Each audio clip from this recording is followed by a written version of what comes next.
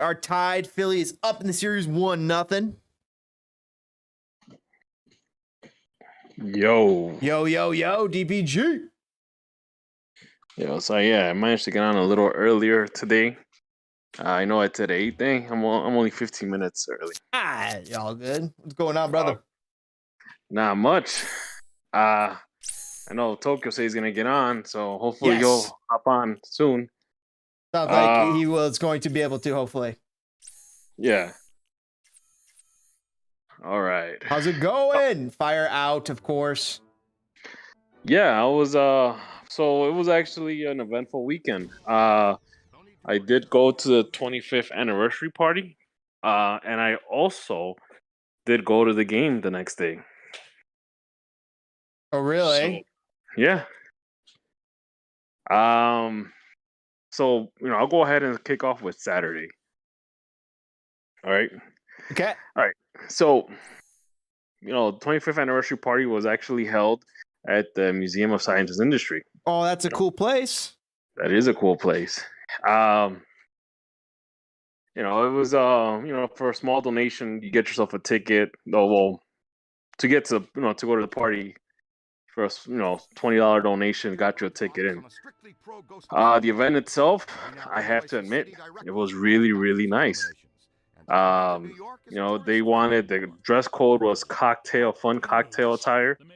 So as you can imagine, I had my blazer and my fire jersey underneath. There were some people in this event that were dressed like if they were going to the game.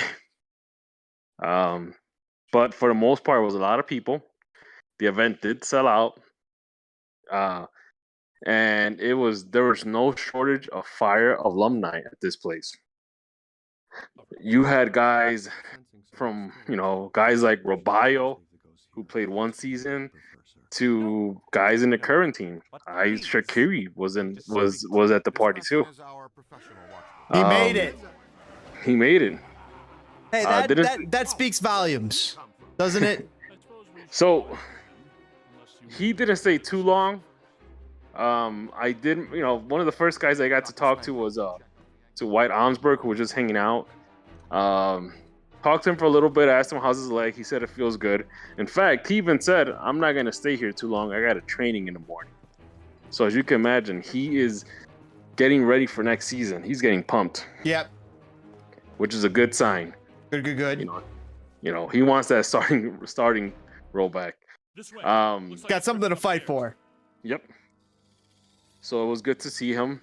But he tore. What did he tear? I think something, wasn't it his knee or it was like I don't know. If it's ACL tear, those take a year to come back from for everybody. So I wouldn't expect him to outright. I don't think it was that bad. I think it was like a minor tear.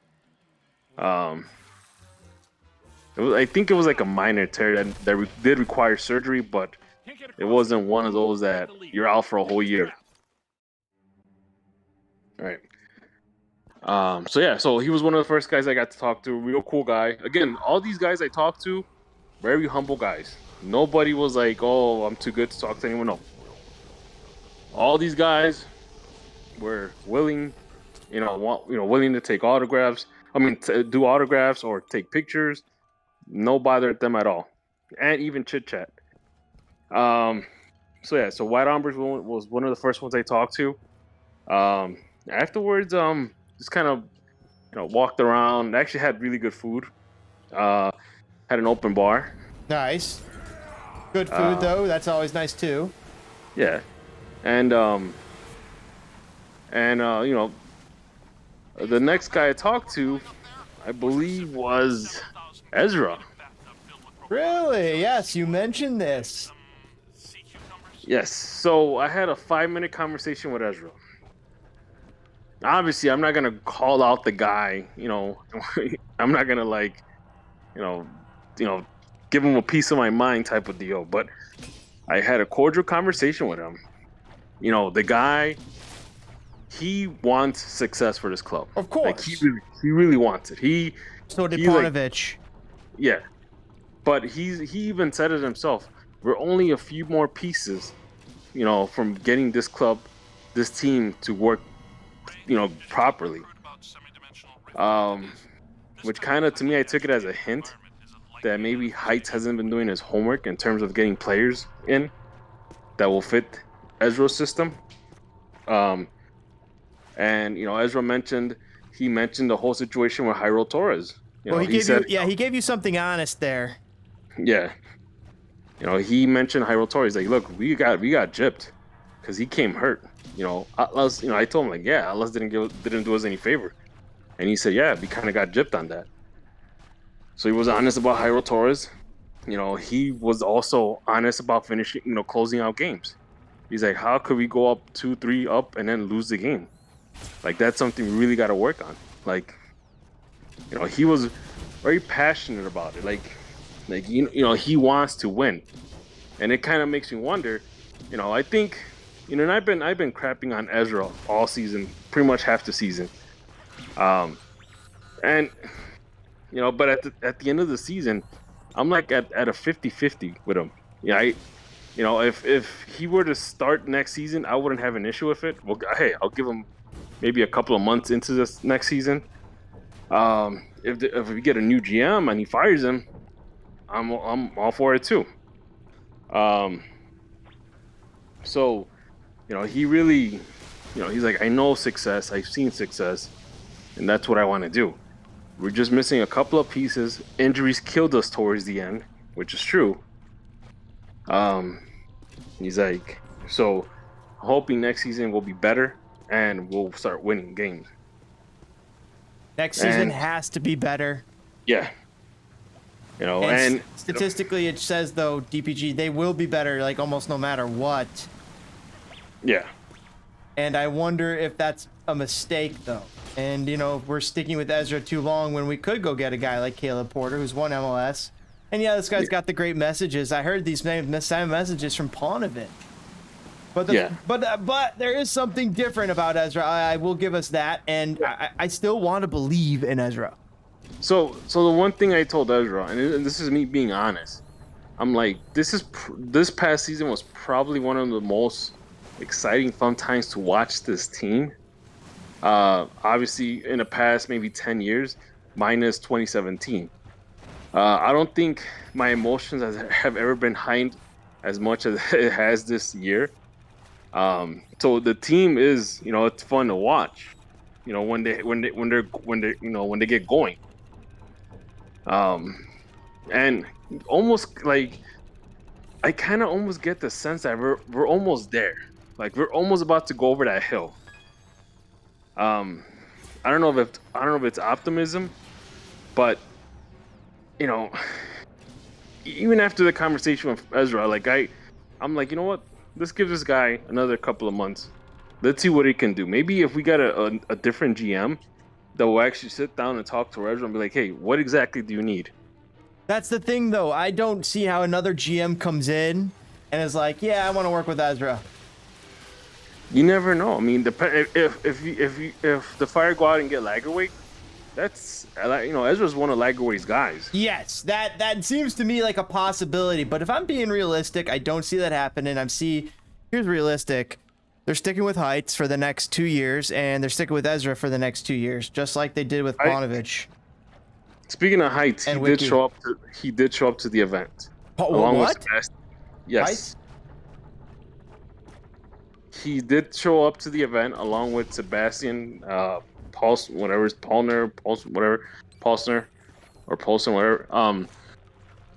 They actually came in together. I think everybody kind of just stared for a little bit, like, oh, Heights is here. Yeah. It was one of the when I saw Heights, I'm like, I'm not gonna approach this guy. I'm not gonna talk to him, because if I talk to him, I'm probably gonna start as cordial as I could be. I probably will tell him in a way that he's not doing a good job. So once I got talking to Ezra, walked around the room. Funny thing, I went to the washroom, and for some reason, Chris Armors was talking to some guy right outside the washroom. So I went to the washroom. I came out. Chris was actually walking away. Then I started talking to Chris for a little bit. We were actually walking along the hallway back to the party talking. And Chris, I talked to him. I asked him, "Hey, what's going on? How's you went from Fire to Manchester United? That's must have been an experience." He's like, "Of course, it's crazy." And I asked him like, "Well, what's gonna happen? You got any coaching gigs lined up or something?" He's like, "Yeah, there's a couple of things kind of materializing." And he went on to talk about how eventually he will like to coach the Fire. He's like, Ezra's doing good things, but someday I do want to coach the Fire. He's like, I want to coach the Fire someday, but Ezra's doing good things at the moment. So, that to me was kind of like, that's really cool because, and when we had the old regime, you never had a lot of these former Fire alumni that were interested in, taking charge of the Fire. So even if whatever happens with Ezra, if we don't decide to keep him in a couple of months, Chris Armors might be another name that you could throw in the hat of potential candidates. And I think that's one of those things where I still want Caleb Porter over both of those guys. Well, yeah, everybody. I want the MLS Cup winning coach versus both of those guys. But if they could get involved somehow. The thing is, I don't think Caleb Porter. I just want to win. I just want to win. I know everybody wants to win. The thing is, I don't think Caleb Porter is going to stay too long on free agency. There's teams out there that don't have head coaches that are probably going to approach him right away. Yeah, exactly. So that you fire Ezra tonight and you say thank you for your services. Great for showing up, and we're gonna get Caleb Porter because we want to win. But the Fire don't care about winning. And because they don't care about winning, they care about optics more about they care about winning, and their optics aren't that great anyway. So one thing you have to think about too is that I'm being pessimistic. I'm sorry, DPG. I know. One thing you have to think about too is that Heights is in charge of the hiring and firing of coaches. So as long as Heights is involved, for the moment, Ezra will stay on board. Yeah, as long as Heights is involved, he has to stick with his guy. Yes. He can't all of a sudden pull out now. And I think, by the looks of it, it does seem like Heights might stick around. And I think a big part of that is because he probably was one of the architects in the Lugano move. So I'm going to say, oh, sorry, go on. No, I was going to say, he's probably was one of the architects that probably got the Lugano move, set up for Mansueto to buy. I'm starting to think things about this guy, though. Yeah, and the thing is, like, I don't know if Mansueto wants to keep him as, you did me a favor, so I'm going to hold, I'm going to cut you a lot of slack. So it might be one of those things. Because, he hasn't done much on, in terms of success, there's hardly any success on this team the past 3 seasons he's been in charge. So at this point, it makes you wonder that maybe it's beyond what goes on the field. Maybe Mansueto actually, wants to cut him some slack for setting him up with FC Lugano. I don't see... This is a job for Georg Heights. Georg Heights is not invested in the long-term viability of this club. He is here for another 2-year contract, and as soon as that 2-year contract is done, he's looking for the next job in Europe.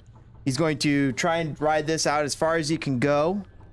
But, I mean, if he was making moves to win, he doesn't make the moves he's made so far, nor does he continue to make the moves he's made in the past few days. He makes different moves, like getting Caleb Porter. I mean, or firing Ezra Hendrickson immediately and starting the new coaching search. And the fact that he's not doing this, he's committed to Ezra, which is great. We do like that, but I don't see a commitment to winning anytime soon with this team. There's all the talent flees. The Gaga gone. All the good talent won't be here unless we somehow. And the other thing about MLS talent, good MLS talent, leaves. So how do you build around that? So, I've kind of been thinking about this for the past 2-3 weeks. Is that you might have to come to the realization that the Fire wants to be a selling team. And a lot of times that might not equal success. You know, you think about, you know, a good example is the Dutch teams. You know, Ajax, PSV.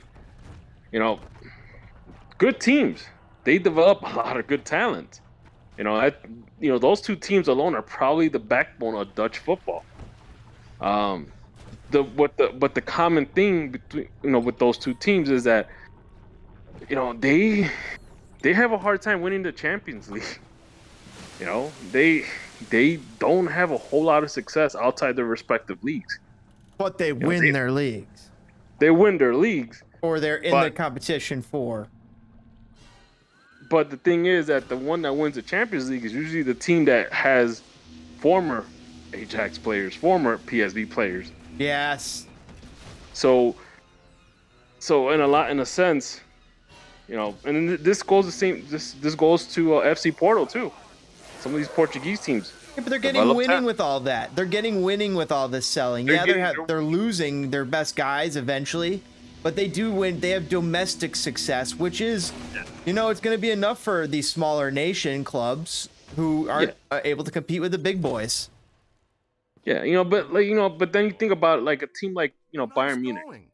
To them, a successful league is basically a successful Champions League campaign. You know, PSG, successful season for them is a successful Champions League campaign. You know, because these teams usually dominate their local leagues. You know, think of, you know, if we go back to Holland, the top two teams are usually, or actually, let me add the third one, is, you know, Ajax, PSV, and FC Utrecht. You know, so, and Herenveen. So you have, you know, good 4 teams that are fighting to win the league. You know, Spain is normally Barcelona, Real Madrid. Maybe occasionally you might see Atletico try to make a push. So yeah, it's like, but you don't see a repetitive Champions League final. No, we don't. We don't see a repetitive Champions League final, but the Fire aren't competing for Champions League. But if they sell guys to those teams, that'd be great. But DPG, if we're being realistic, this team is not near competing. They want to sell us that they're near competing. They are so far behind the middle of MLS. I just don't see how they think. I don't know. It's just like they're selling us this false hope, which in MLS there's parity, they say, and they say, oh, these teams will compete from year to year, and we haven't seen it with the Fire, but it very well could happen next season when we have a playoff team. But you know, if we just make the playoffs and flame out in 2 years and 2 seasons, what is success for this club over the next 2 seasons, 2 to 5 seasons? Honestly, the amount of success, you know, and this is like, how would they like, what the goals for success? Because the goals are not MLS Cup next year. The goal is 6th place. So the goal, if we're being honest, and the amount of leadway that Heights has been given, you kind of have to go above and beyond a little bit to have to say, hey, you know, we have success. And I think the one way you could think of it is if the Fire make it all the way to the semi-conference finals or the semifinals of the U.S. Open Cup. I mean, if the Fire get to that point with, you know, everything that's been going on the past 11 seasons, 13 seasons, that it's by itself will probably be a success. Now, here's the rebuttal to that. That kind of success is normally the measuring stick for a lot of good MLS teams. That's like the minimal that they should be achieving. And we're looking at those same requirements as a big success. So, you know, it's one of those situations where we're pretty much scraping the bottom of the barrel. We are scraping the bottom of the barrel, and so we have to readjust our expectations for what success is.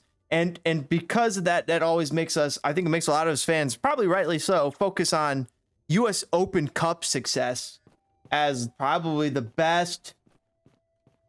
That's the best chance for a trophy for this club next year and the year after and the year after. For the next 3 years, that's the best chance this club has got. Other teams are set up for next 3 years too, that they are going to be able to win MLS Cup, like LAFC, the deeper teams. Yeah, I'm not just talking about the teams with the best, like, top DPs like LAFC, Gareth Bale. I'm talking like throughout, top to bottom, built well. But here's one thing that Chicago Fire do have going for them. Chicago Fire got a good youth system, and they are starting to tap into it, and they have a guy in Ezra who I think is tapping into that. He's relying on guys like Guti, on guys like Gagasonina. You know, it's so the Fire are kind of going through somewhat of a youth movement, so to speak. You know, but obviously, you know, and it's actually kind of hit me today. You know, that guy's officially gone. He's gone. You know? He might come back. You know what? I don't even want him to come back. You know what? If honestly, he needs to learn how to. First, he needs to learn how to live in England. Yeah, he needs to go elsewhere so he can start learning how to adjust to a new place. Because he's lived in Chicago all his life with his family. Yes. You know, and you know, that's one thing. Another thing too is like I would like to see him, you know, get loaned out to like a championship team. Let him get some of that, you know, English system, you know, experience. And that's one of the things. That's probably one of the reasons that's gonna help him develop as a player. Obviously, he's not gonna start right away to Chelsea. You know, he still needs. I'd say maybe he might need maybe 1 or 2 more years of development before he might be considered on that first team roster. Oh, without easily. You know it. Yeah. So I would like to see him get loaned out to like a championship team. You know, I mean, maybe first division might be a little too. That the bar might be a little too low for him. So I think a mid-table championship team might do him good. Don't even loan him out to a Premier League team. Just go for the championship team. There's way too much pressure in the Premier League. There's way too much pressure. Get him playing time, get him in England. You're right. I like that idea. Championship level, a team that wants to, you know, they're going to have a marketable American. You know, and see, my thing is that in a couple, I mean, I want to say in 20 years, you know, what was it, Gaga's 18? When he's 38, I would eventually like him to come back to the Fire and retire as a Fire player. Maybe play one more season and ride off into the sunset as a Fire player. Yeah, that's the only time I do see him coming back. That it'll be for his benefit. And he comes back and wins that MLS Cup, right? Yeah, imagine that. That actually would be like that's like something that. But geez, that's 20 years away. Yeah, that's like a documentary style. You know, that's like a fairy tale style story there you got there. But you know, it might happen. So you know, I want Gaga to succeed. At this point, you know, him being a Fire product, and the fact that he wore the colors, and you know what, even when the times when the team looked down and out, he was probably the one guy that was still hyped up and still willing to fight. You know, and we normally don't see a guy like that that often that plays for the Fire. So at this point, I think any team he goes to play for, I will probably be a fan of that team. I'll be a fan of Gaga for the rest of his career. So, you know, I'm hoping for his success, and I hope him, you know, maybe someday he might even lift the World Cup trophy. Who knows? Toke in the chat saying 3 playoffs, 1 U.S. Open Cup, and 1 MLS Cup minimum over the next years. Toke, I thought you were hopping in. I always thought Sean Johnson would eventually be the U.S. #1. I never thought that. How was Aida? And it doesn't. I don't know why. I've been trying to get here. He would be. Traffic is a little blocked right now. He's not good enough at the international scale. Winston, what do you see? It's like when you're the best guy in New Orleans, Soft and white. you could play at the Superdome, and when the Saints are at home, you can do some damage.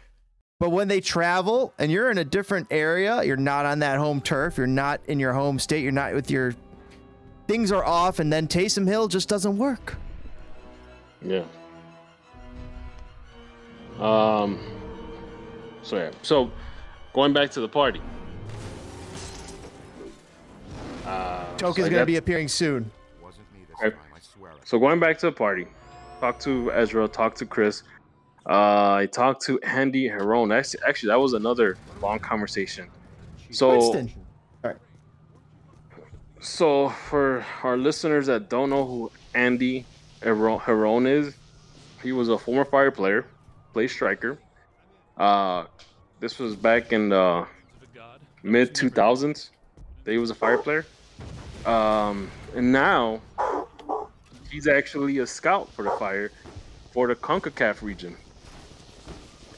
So if you're on Twitter, a lot of those Central Americans are coming out to try out with the Fire or on trial basis. That's him doing the work. So he had a conversation with him. I asked him about the last trial player he brought from Honduras. He said that he had some communication issues. I guess he couldn't adapt well. The language barrier was too big or an issue. So I guess he didn't make it in the trial. Currently, there is another Honduran player on trial with the Fire 2 team. I believe he's going to be here for 13 days. And I guess, the Fire are going to evaluate, see how good he is. If they're happy, they might make an offer. If not, back to his home club. So, yeah. And I think he mentioned he was probably the one that scouted, who was the player in the Fire 2 team that was scoring like crazy? Moni? No, he was, That's a Fire. was That's from- Academy. that's the Academy. He was one of the, I know he's from the Caribbean. I don't know. Oh, I forgot his name. But he talked about him, and he said hey, this kid has, and it's true. This kid has potential to, be a crack. That's how they describe Elito striker in Spanish. And I think he was scoring like crazy. Not only for the Fire 2 team, I think he actually scored for his national team in the Caribbean. I keep forgetting his name. We'd have to look it up. Yeah. So he was talking about him, saying, "Hey, this kid has potential to be that could, he could be a goal scorer." So we'll see what happens. But yeah, it was a really good conversation. I don't think I know who you're talking about. It's on the tip of my tongue, though. Yeah, I think I was gonna say his name starts with an O. I forgot. I was gonna say Omari, but is it no? Is it Omari? I don't know. I don't want to make up names. But yeah. So he was just letting us talking to us talking about him going around the CONCACAF area looking for players for the Fire, especially now that we have the Fire 2 team. So yeah, so he's that's another thing that's cool is that we have Fire alumni actually working with the club doing stuff like that. So that was a good conversation. Who else was on the list? So Andy Arone. Oh, talk to Fabian Herr for a little bit. Just telling him how he has a good podcast, and I have no idea how him and Julian Gressel make it work. Yeah. Did he tell you anything? Did he tell you any tips? he just started laughing. He's like, we try. Really cool guy. We were just talking. We try. Thank you for the support and everything. And then in case you guys do listen to his podcast, don't. So Julian and him have like a thing set up at the start of the season that every time they score a goal, I think they put in like $50, a bucket or something. Mm-hmm. And at the end of the season, after they score goals or wins or whatever, they donate that money to a charity. So, and not only just them, but you know, there's people that out there that will, you know, that will donate. Contribute. That's sick.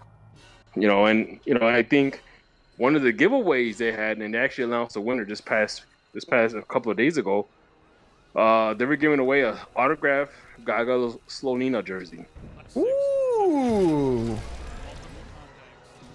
Frame that Right. now. That's going to be a big collector's item in just a few years. Yep. And this is actually, I believe this is a game worn jersey with his autograph. What? And I have an autographed jersey, you know, that has Gaga Slonina's autograph on it, but it's just a regular Fire jersey. Still worth, you know, getting it framed.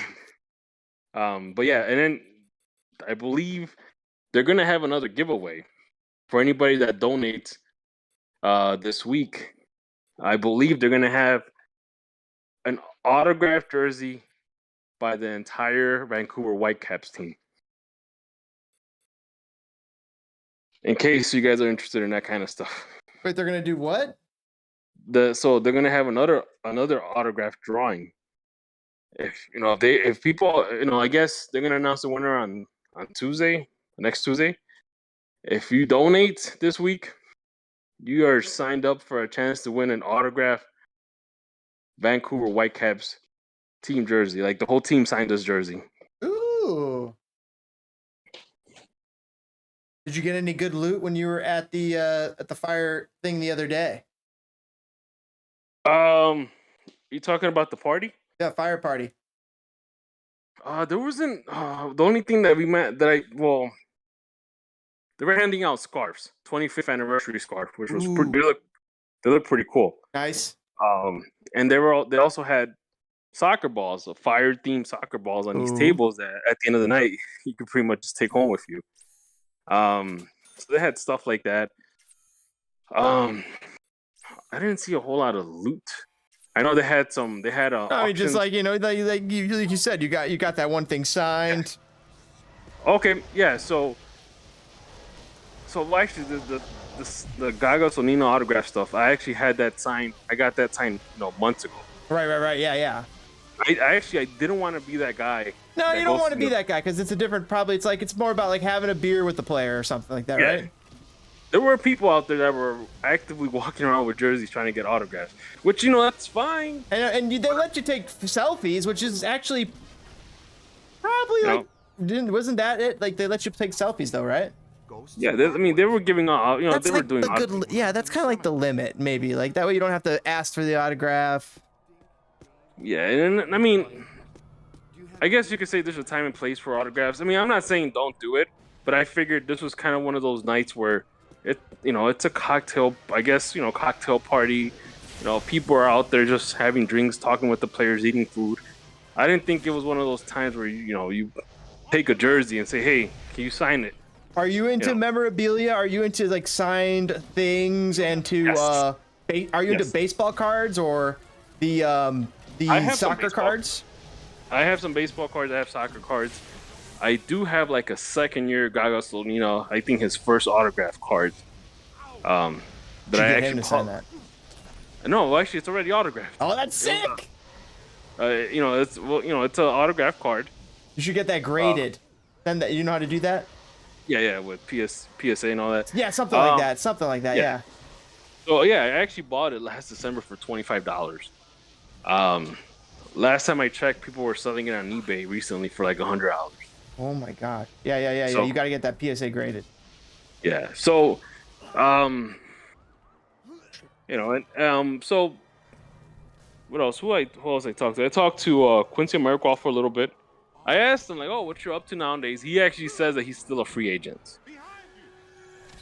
I haven't seen him play, at least in the MLS, for a couple of seasons already. So maybe, you know, he's still. You know, I should have asked him if he thought about doing coaching, but he's still a self-declared free agent. If there's any teams out there that need a speedy striker, Right. Cool guy, always cool. Let's see. I talked to Gonzalo Cigares. Gonzo! So the thing about Gonzo is this. He was actually an assistant coach with the U20 that won the U20 championship. Right. You know, Yes, I remember that. That was recent in the past 3 years or so. Oh, they just won it this past summer, I believe. They just won it? I thought that, and they've had success there. Well, this is the team that qualified to the U20 World Cup and the Olympics. So the reason I actually went up to him like, hey, you know, I know you were with the U20 team, you know, and he's like, yeah, you know, in fact, the coach is over there. And I asked him like, so how did it feel like when you were coaching? You're part of the coaching staff for the U.S.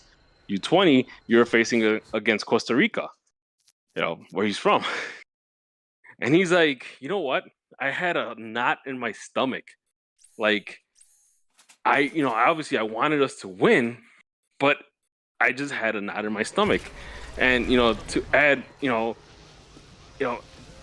insult to injury, you know, the coach that was coaching the Costa Rican U20 was my old coach at Saprissa. Wow.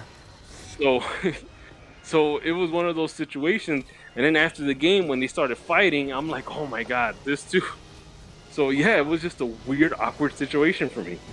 You know, I was really happy with one, but you know, when you're facing, you know, at the end of the day, you know, you kind of wonder, like, man, did I really win? You know, but cool guy. Gonzo's always been cool with the fans. I really hope, you know. I forgot one guy I talked to was Patrick Nyarko. Stand-up guy, Patrick Nyarko. You know, cool guy. He's actually the assistant coach for the Fire 2 team. So he, you know, the fact that we have players that are moving up to the first team, you know, a big part of that has to do with the fact that, you know, he's doing a good job coaching these young guys, getting them ready for first team duties. You know, prime example, Alex Moniz just scored his first goal 3 days ago. Toke report in 5 minutes. And you're saying, I feel funny bothering certain people, especially athletes. I've been there. At certain times, I'm like, I don't want to bother them. And certain times, I'm like, I'm definitely bothering you. But also, age was a factor. So it's one of those things where so the thing about, like, I hate bothering athletes too. But if they're in a place to be bothered, it's a different story. Yeah. It's a difference. Like, if the guy is like, you know, having dinner with his family, you're not gonna go up to him like, hey, you know. Obviously, don't go up to them if they're in the bathroom either. No, you see Dirk Bentley out having a steak, you don't go up and ask him for a picture. Yeah. Which I've seen happen before. I was in a restaurant, there's Dirk Bentley at the next table, and we're like, oh, that's Dirk Bentley. We just keep eating our food. He's in a concert at that town that night, and then people are going to take pictures with him. But he was very gracious. Yeah. You know, I mean, some I guess you could say some people are cool with it. You know, there's people that don't want to be bothered. You know, but so that was a party, you know. But that's a party, and they're there to be interacted with. They're there to talk with you. Well, here's another situation, and this happened the following day at the game. So, you know, fast forward to the game on Sunday.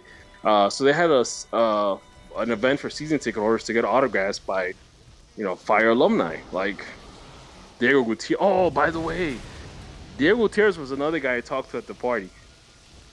He actually, for those of you guys that don't know, he actually became a doctor.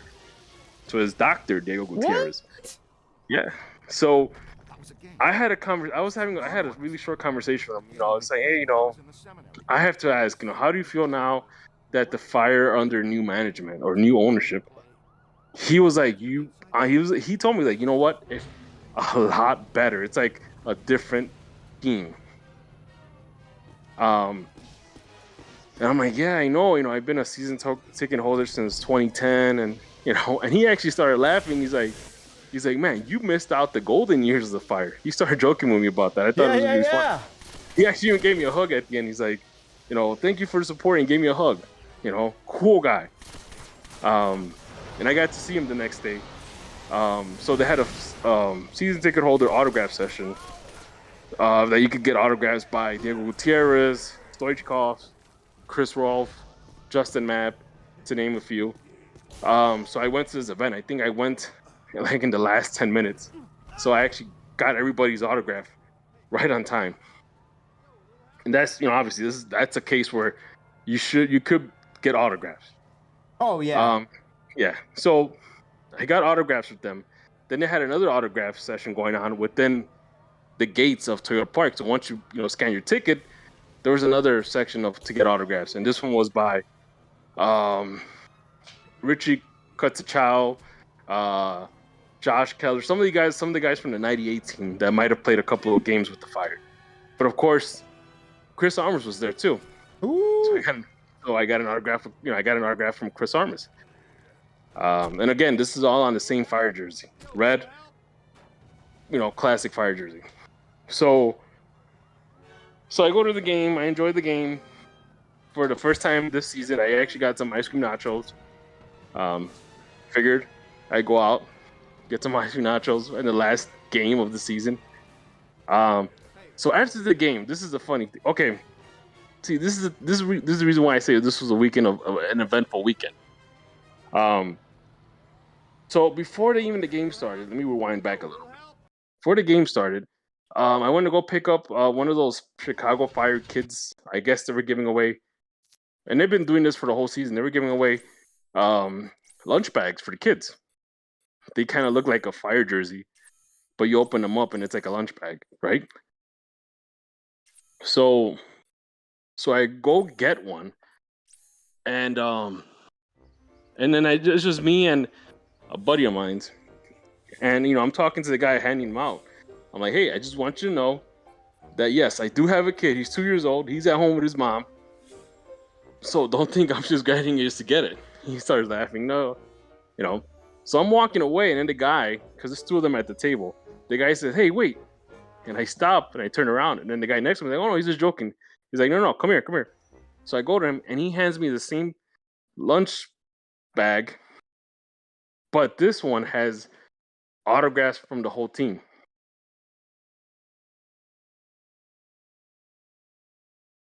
You there? Yes, I am. Go on.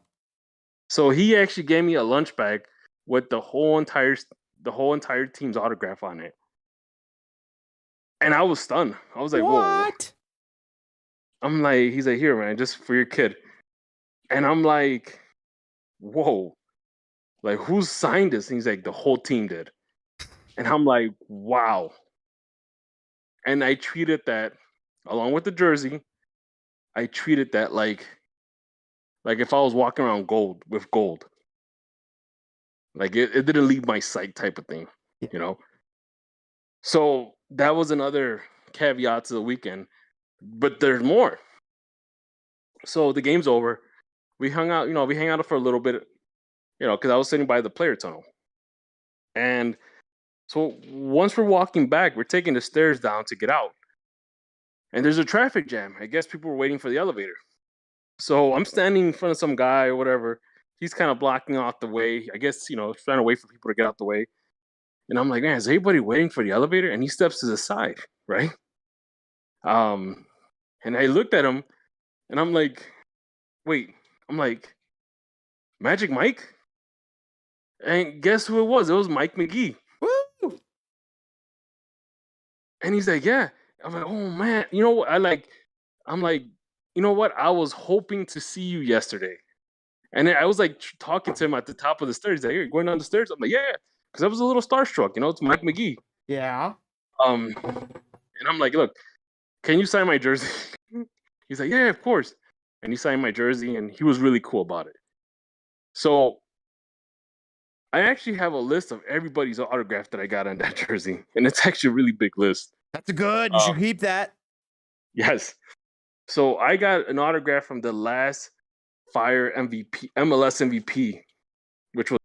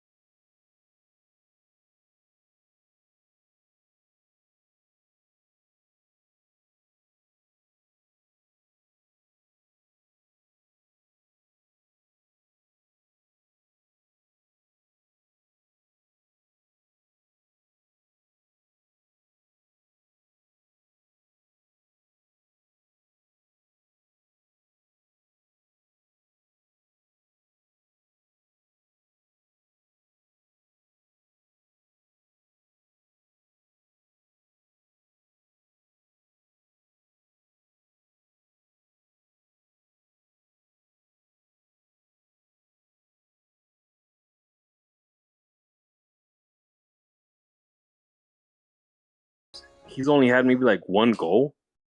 Quiet Or maybe- since then, Yeah, so he's been quiet, since his injury. and I think it probably has to do with the injury. Mhm. Maybe he's not playing as hard as he wants because he wants to protect himself for when he goes to Holland.